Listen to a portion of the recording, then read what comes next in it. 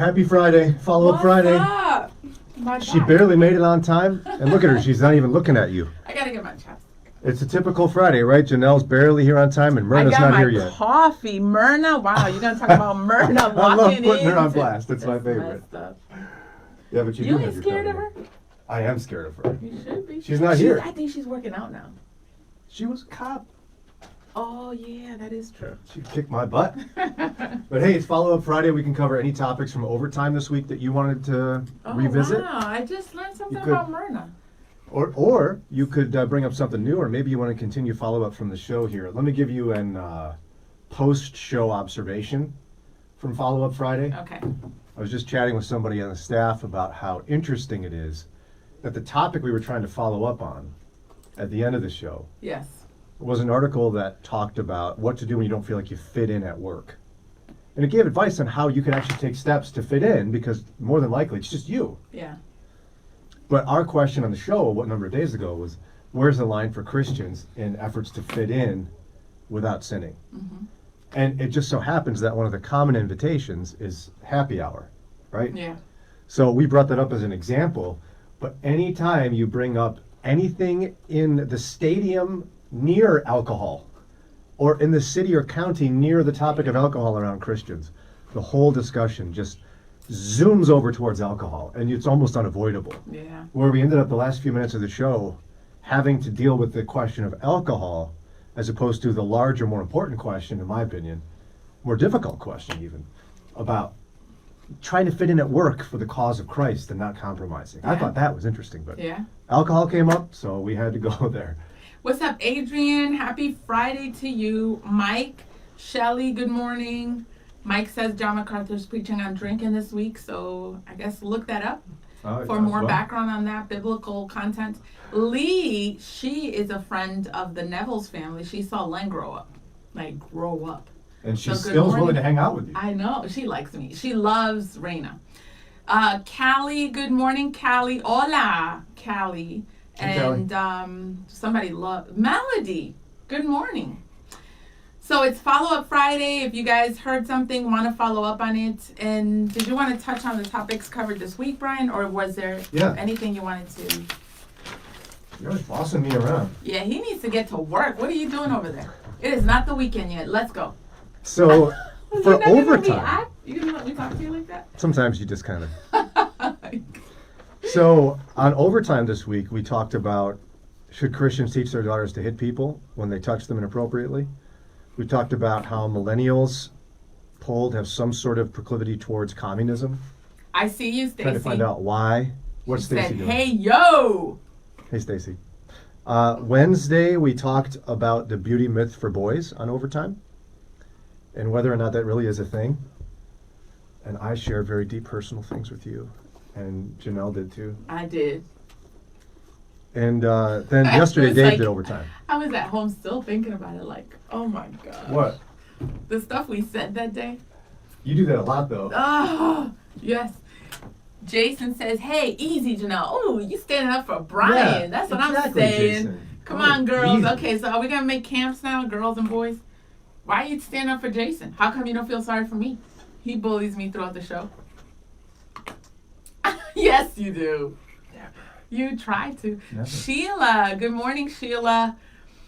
So, anything today that stood out or any... I want to hear from you. Ladies first, because I respect you and I don't bully you. So, what stood out to you in overtime today? Any takeaways? I like that we went to the should we teach our girls to punch, and some of the reactions to that were good, and I like that as Christians we're trying to make sure we have discernment. But I wanted to again just encourage, or not, maybe not, it's not encourage, it just bothers me that as women I'm not saying we're victims and I'm not saying we have it hard. I'm just saying as a woman, it bothers me that I've and I don't know if it's a lie that I'm accepting or what, but I don't trust my voice and I don't trust my gut. And I second guess myself, my reactions. And I don't think men do that as much as we do. And I don't know what it is. Yeah, what's wrong with Or that? maybe it's not even that you don't second guess, but you guys just move on. And I see Len. He's like, okay, whatever. You know, and women will be like, oh, did I overreact? And we'll do that at work. People will disrespect us, or people will do stuff, and we don't stand up for ourselves. And it bothered me, if you didn't hear it, that Raina was being kind of bullied physically, like several times throughout the weeks, and her reaction was disappointing. And it was just like, man, I'm winning in some areas. We talked about how Raina loves her afro. She's awesome. But I'm like, girl, what is wrong with you? I thought that she would be the first one to be like, you don't touch me. And she didn't go there. And I'm not proud of that. Even as a believer, I'm not proud that as a mother, my daughter just feels like people could just hit her. I'm interested to know more about your assertion that many women are second guessers. I know there's some strong women. Here. Yeah, because I was talking about you, Myrna. He was. You don't even know. Like she's late. All of that. If you would have been on time, Myrna, you would have heard me talking about you. I said, "Are you scared of Myrna?" He's like, "I ain't scared of her." No, I never said that. I am very scared of you, Myrna. But no, so what is it? What is it? I know there are some strong women out there, and more power to you. You're a strong woman. I think I'm a strong woman. But you second guess yourself all the time. I do. You know what it is? And I'm not, this isn't to say, ooh, we're so awesome. I think we care about hurting people's feelings a lot. I do that. You know, I got my sister, who she and I are very similar, will say that all the time. She's like, so many times we walk away. Somebody will say something to us and we walk away like, oh, I wish I would have said something. But it's that fear of, did they mean it? Or what? Will I sound like I overreacted? Or will I hurt their feelings? And I don't know what it is. Do you think it's that? Do you think it's our feeling of, I don't want to hurt people's feelings? Or I don't want to be misunderstood? Honestly, I don't know. I do that sometimes, but I mean, first of all, do you think it's true that it's a common struggle for women that they second guess themselves? I think it is. Do you guys agree? I think it is. We don't trust our gut and we don't trust our voice. Perfect example. There was an article. We shared this in the summertime, but it came back around in other things I read. And it was saying women more than men are super guilty about it. And you're going to agree because I do it. And I'm trying to catch myself. Oh, good. This sounds fun. We apologize all the time. Or we'll say stuff like, I know I might be wrong, but, and then we'll give it our opinion. You know, and that's what I'm saying. We don't trust our voice like, this is what I believe. We'll apologize like, well, you know, if you disagree, I'm sorry, but X, Y, Z. You know, so I'm covering the bigger umbrella of, it's not just the physical and when we're under assault and self-defense. It's, we do second guess ourselves and we're more apologetic about our opinions and our voice than men are. Now, Heather agrees with you. Thank you, Heather. Tanks doesn't necessarily. He says that Tanks doesn't count. He's a guy. I'm just playing. I'm just joking. I think there's a lot of men who do as well, second guess themselves, especially as leaders, who just internalize it. I don't think it's gender-based. It's personal, mental health. Maybe. What do you think about that article? It said women in the workplace, way more than men, apologize all the time. They even said they apologize for even existing in the room. I actually worked with a woman who, if I happened to be walking down the same hall as her at the same time, it wasn't a very wide hall, it was a little narrow, she'd be like, oh, I'm sorry. And I got so close one day to going, what are you sorry about? Yeah. You didn't know I was going to be here. I didn't know you were going to be here.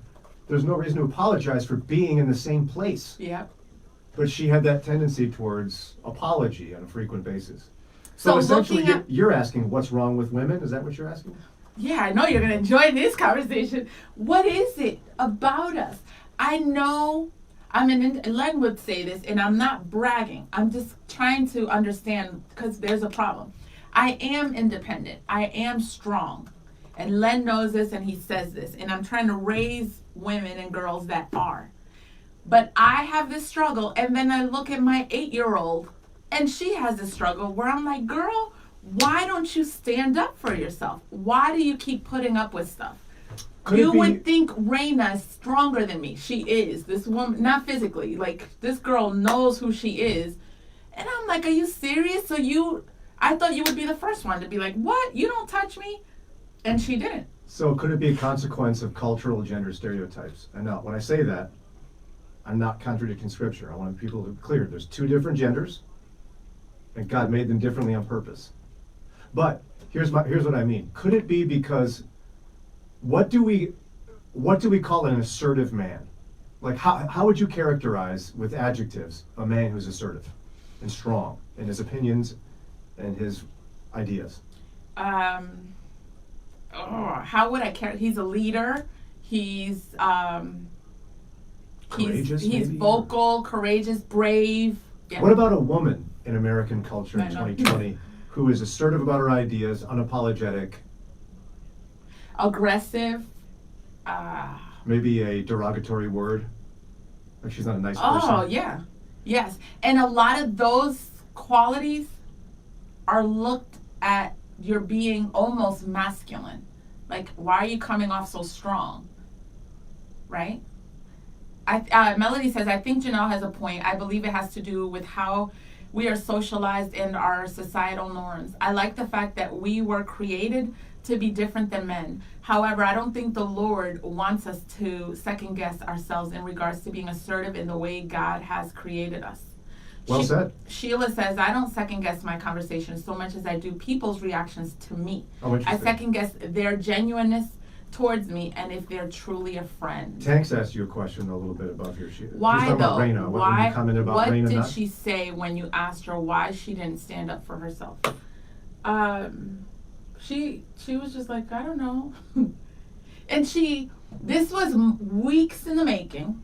It involved like poking by a boy that was a little taller than her and even slapping her.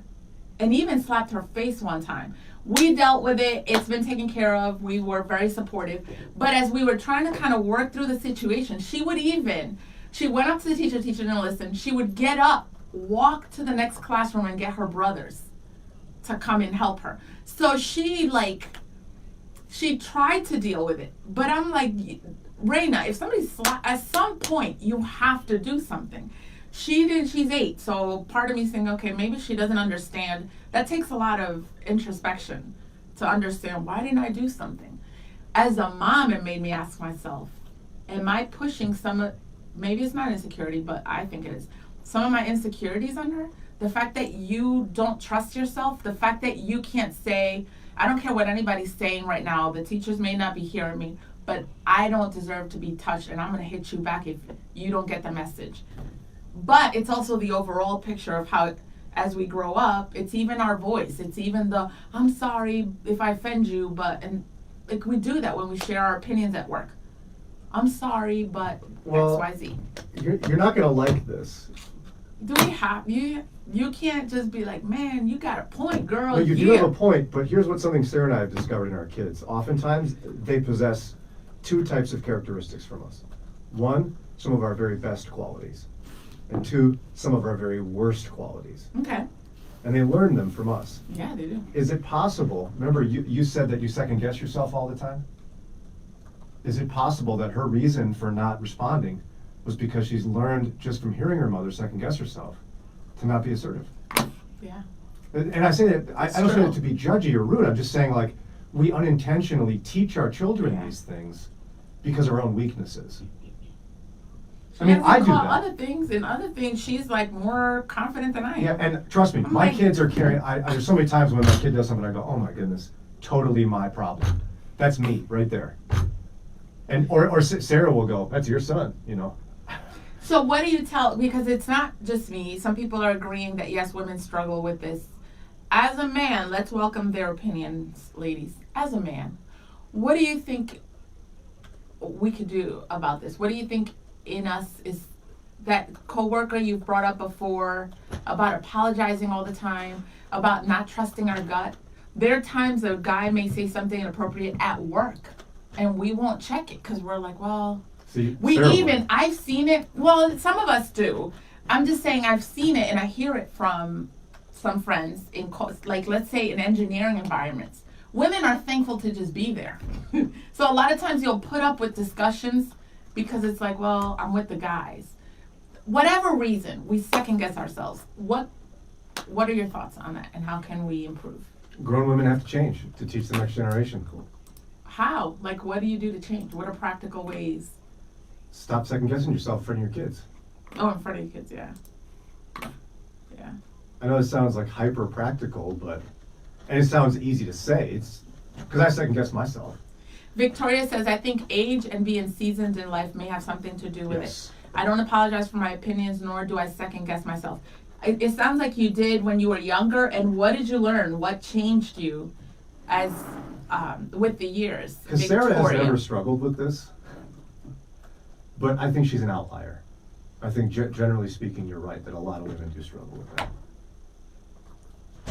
Yeah.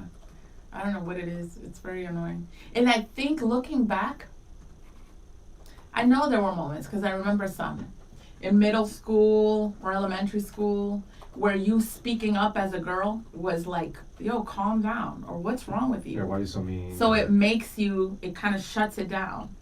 Are you mad at me for indicating it's possible that Raina picked it up from you? No, I'm not mad at you, because I'm really trying to figure it out. And it wouldn't surprise me, because that's how I am. And that is why I am not the one. If Raina would have slapped that boy, like next time if it happens, which the boy isn't even around her anymore, I'm not going to be the one to be like, well, the Bible says. That's why I don't think girls need to hear that. The Bible needs to hear the Bible. What I'm saying is they don't need to hear us saying, well, maybe you should have given grace, because they already go in that area. And now some of my boys, there are girls that need to hear about grace in this context. Some of my boys may not need to hear that, because I think it's what you said. It depends on personality. Some kids do need to be told to calm down.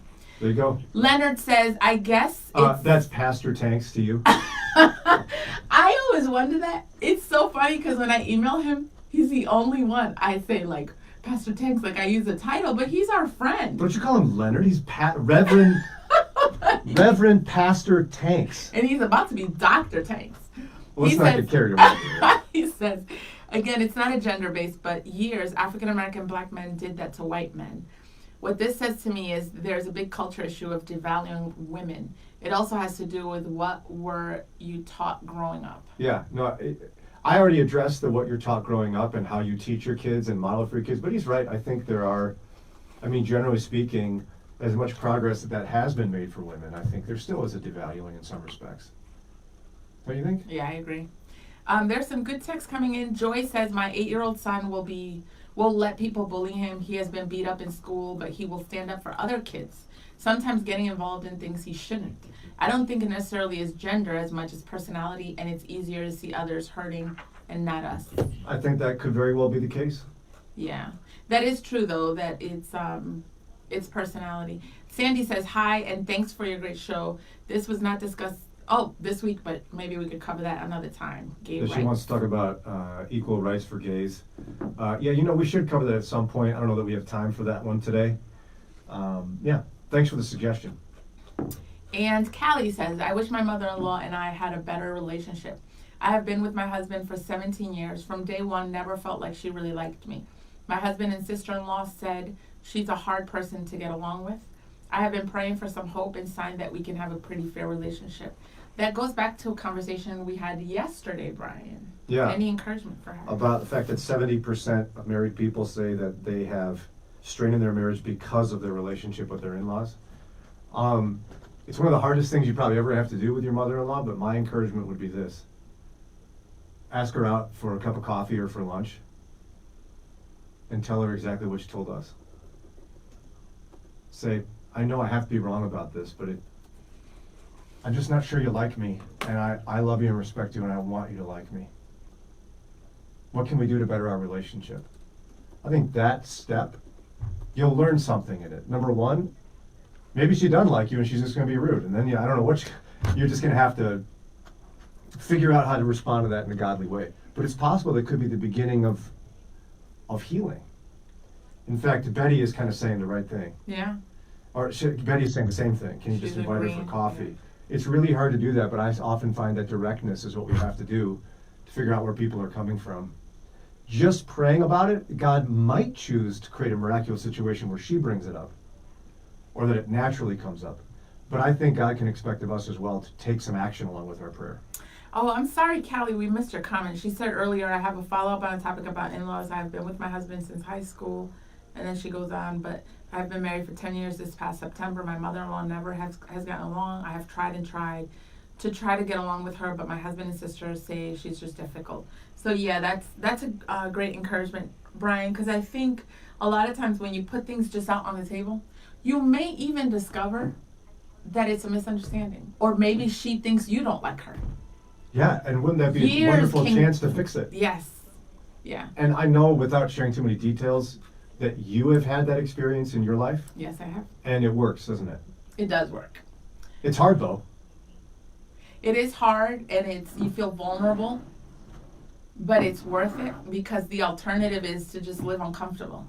I think putting stuff out there is just good. Betty, you didn't take the words out of my mouth. I took them out of your mouth, Betty. I bet you were typing it before I said it. Yeah, open communication is good. It's uncomfortable, but it's good. Let me see. There was some. Myrna says, "Hey, finally had a free morning. I missed you, Myrna. I appreciate you. I respect you. Thank you." Brian was like talking a lot before you got on, talking about how late you were. Myrna, I am personally and professionally all talk. Shelly says, "I am the mother-in-law and I always thought I had a good relationship with my children and their spouses, but lately my son has rejected me from his life because we disagree with the parenting of a troubled child. I don't know what to do." Oh, Shelly, I'm so sorry. It reminds me, Janelle, that I am just not ready for that phase of life. Just when you think you have parenting figured out, you get to the next phase. And Shelly's in a situation you and I have not been in. Yeah. And that can be a difficult thing. I know of, in my family, some tension about parenting decisions caused a temporary break in relationship. Sometimes time does heal wounds, but without experience, I'm just going to hesitate to give clear advice, but what I could say is perhaps the same advice we gave before would be the best one. It would be, sit down with your son and daughter-in-law. Tell them how much you love them and respect them, and say you feel like there's a break in the relationship, and what can you do? Yeah. Right? Yeah. But because here's the hard thing. You may disagree with their parenting decisions. You may be right about it. But would you rather have a relationship or be right? Because it's their kid. Basically. It's hard, right? We've lived through some of this, and I think many of us have. There's a funny one that I haven't said online, and Miss Nevels wouldn't mind because she was awesome about it. But I had Raina in my house, and she was so mad. So she was at all my births, all of them. And that one, she was not in the room. She chose to stay downstairs in the living room. And I was like, it's my first daughter. I said, call your mom. And she didn't want to come upstairs. But it's that idea of, the only reason I'm bringing it up, first of all, because she's awesome, but she modeled the whole, I disagree, I need space, but I'm here. You know, she didn't make it an issue, but it was clear that she disagreed. But like you said, I mean, we all experience that. And that's one thing, like, that I'm even thinking forward to. Decisions our kids would make that's different to, like, what we did. How you can even take it. You may not want to, but you could take it like, wow, so that means when I did it, you disagreed. Or you thought I wasn't right. Do you see what I'm saying? That could be public school versus private school. Oh, right. And we had this exact discussion at your dinner table with two pastors who shall remain nameless. Don't you remember? I don't remember, no. We talked about it at your house, the idea of what do you do when your kids start making decisions you disagree with. I remember now. Remember this? Yes. And both of them said, you have to let them make their own way. You know what my mother would say? My mother, when we talked about it, she's like, you made your own way. She does it just like that. Because she's like, when you were younger, you were making your own decisions. Because she says that with the whole when, like for me, when I'm like, oh, when Isaiah leaves and then she meets somebody, and mommy's like, you took Len from his mom, so why are you mad? So it is that whole thing of remembering. Maybe that can help. It will help us to remember when we did it and how hard it was on our parents. And But I like that you remember, because I don't remember that. Those pastors, because they're pastors, but they're living through it. Yeah, because they have adult children who are married. Yes. And so, Shelley, all I can say is you're not alone in that struggle, and we love you, and we pray that God would guide you to bring about reconciliation in that, because that's just hard for it. It is hard. And we shared Valerie's follow-up. Yesterday, Shelley, somebody was struggling. She's a mom-in-law, loves her sons, and there's distance, and we prayed for her on the show, and she shared a testimony, how God's listening to the prayer, and there's been some sort of reconciliation. So I think, prayer in this situation is powerful, but it is a journey. When we talked about it yesterday, some callers reminded us that it's a journey. It's a lifelong journey, figuring out your kids and how you fit in and how to let go. It's complicated. Can't wait to see Brian trying to figure it out. I'm going to mess it up. I can guarantee you right now. That's good job. That's what you do. I'm already messing up being a dad enough that I shouldn't be surprised I do that when they're grown. Yeah. So that's about all we have for this week for Follow-Up Friday and Overtime. But before we go, Myrna said, I'm going to drive up. I'm going to do a drive-by one day on you, Brian. That's right, you know what Myrna. Myrna, here's what I want you to do. Come on, Overtime. What you doing? That's right. All you got to do is show up at the station. You know where we are. Look it up. And it'll be the girls on this side and Brian over there. And then you could tell him how wrong he is. Show up at 8, 8:30, something like that. Hang out, and then come on Overtime. And people will watch me crumble like a leaf.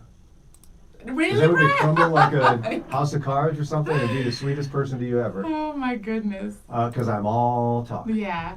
All right, family. Shelley says, yes, she will be praying. We love you, Shelley, and thank you for sharing your heart.